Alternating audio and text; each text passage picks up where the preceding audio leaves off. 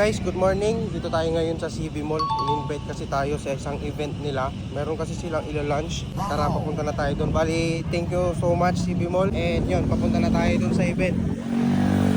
So, yun guys.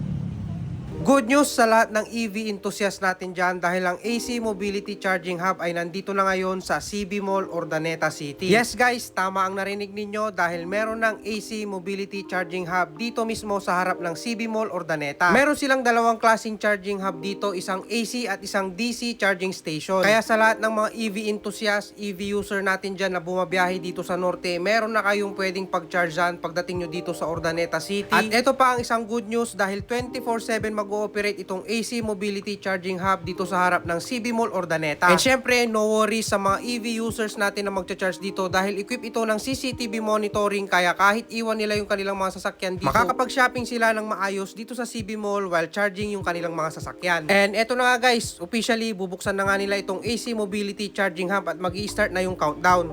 Countdown in 5, 4, 3, 2, 1. Congratulations, Lima and AC Mobility.